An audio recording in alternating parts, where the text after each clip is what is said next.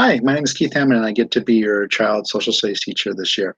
I'm going to do this slideshow for everybody, AP World, AP Human, and World Geography. If you want more information on the specific classes, then look in the link below, and it'll be a link to the syllabuses. Syllabi, I think maybe is what I should have said there.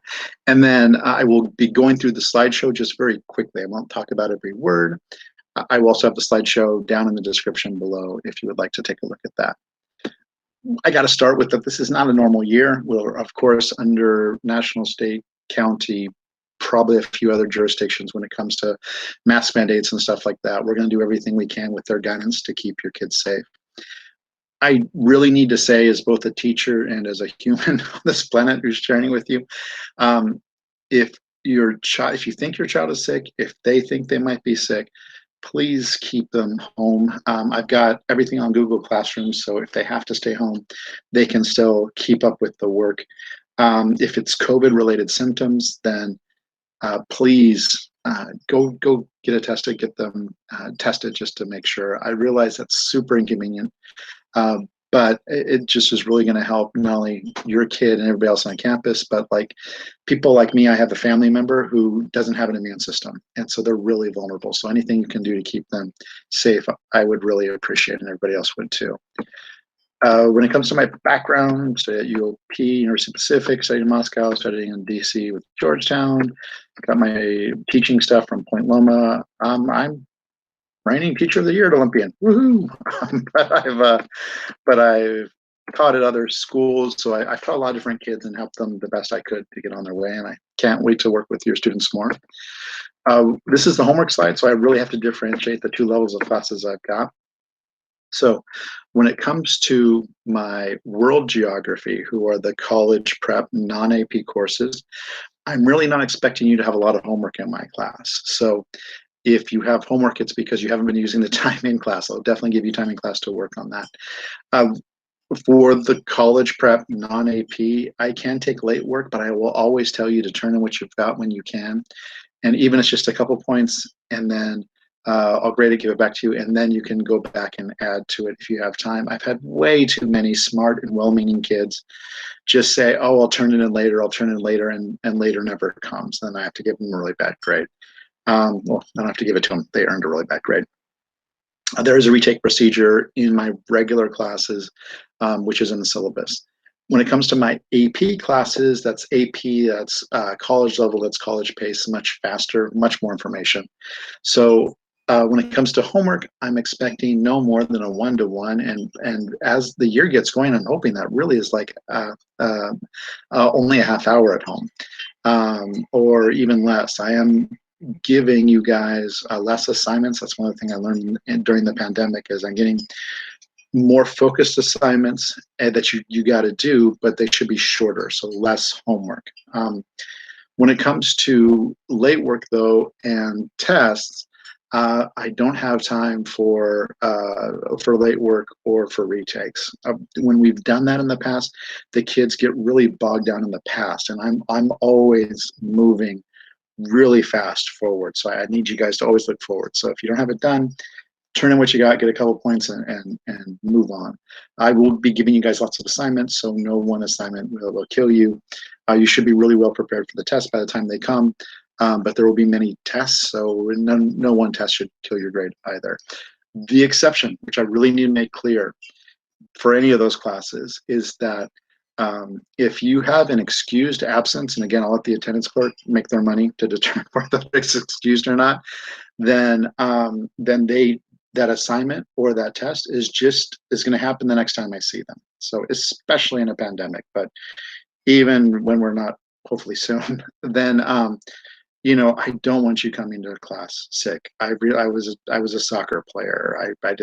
I've done acting. Like, I understand sometimes things jump in the way. As long as it's an excused absence through the office, don't worry, stay home, get well, or whatever it is, and then we'll just do the test, or you'll turn in the work next time I see you, whenever you return to school. My rules for the class are probably pretty close to any other teacher on the planet. When it comes to supplies, you need something to write with, something to write on, and your laptop. Bring the power cord. You need access to the book, which many of you should be able to do electronically, but if not, bring the book. The things that I would really recommend that you also do is like have a folder per unit in my class. That'll really go a long way towards organizing you and making sure you don't lose anything, and that you're able to study for the semester and the AP kids for the AP test. Citizenship is also straightforward. The school tardy policy is one's an oops, two's a C, 3 is an F in citizenship for 6 weeks, not the semester, but for the 6-week progress report. There's ways to clear unless it's really habitual. Behavior, not normally a problem in my classes because I'm really straightforward. I'm easy to get along with. If we get to the point where I have to stop class, take your kid outside to talk to them, then their citizenship grade is going to go down a little bit. If the kid, if it gets so bad I have to write a referral, then it's an F in citizenship for that 6 weeks. Doesn't normally happen, but sometimes happens. So I just want everyone to know ahead of time what the consequences are. And I also need to stay in class. So 1 hall pass per 6 weeks. And of course, if they have to go to the bathroom, they'll go. It's just their citizenship grade will go a little lower if it's more than that. Community service is kind of tough. It falls under our purview. Actually, a lot of it's really straightforward. Go to the Olympian website, go to the counseling center. You can download the form there. I don't have to sign in ahead of time, although if you want to ensure that the work will count, then make sure I know about it and have signed it. The question often comes about church-related stuff, which, because we're a public school and separation of church and state, it's a little trickier than what some people would like. So the compromise that our district has come up with, because of all the different opinions, is that it's much more about the service than the organization. If you are, whether it's a church or a synagogue or a Scientologist or any religion you can think of, it's much more about the service you're providing. So if you are feeding the homeless, if you are doing a homework center, if you're doing a beach cleanup, no matter what organization, no matter how you feel about that organization, as long as the service is being done directly, then it normally counts. So, but you can talk to me about that. If it has to do with, like, if you're evangelizing, if you are doing something within a worship service, like an altar boy or singing in the church choir, ushing, being an usher, any of that stuff. I'm religious myself. I think that's good stuff to do, but just because we're a secular school, that doesn't count as our district community service. You can still do it though, but I just can't give you credit under our district system. And that goes for any religious organization. Let's see, plagiarism. Unfortunately, I have to deal with this a couple of times every year. Super straightforward. Plagiarism is trying to pass off someone else's work as your own. That can be cheating on a test. That can be copying off a classmate. That can be taking information from the internet and just trying to turn it in for yourself. The consequence is a 0 on the assignment, no chance to make it up, and then an F in citizenship, again, for just that 6 weeks, not the semester.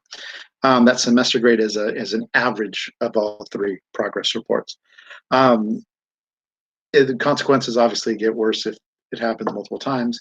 I also don't play detective on this stuff, so if I get 2 or more papers that are the same, consequences are the same across the board. I don't go through all that Machiavellian, I think that's the right word, all that stuff to try to figure it out. So when it comes, that's basically it with the slideshow. If you need to contact me, best way is through Jupiter Grades or my official email.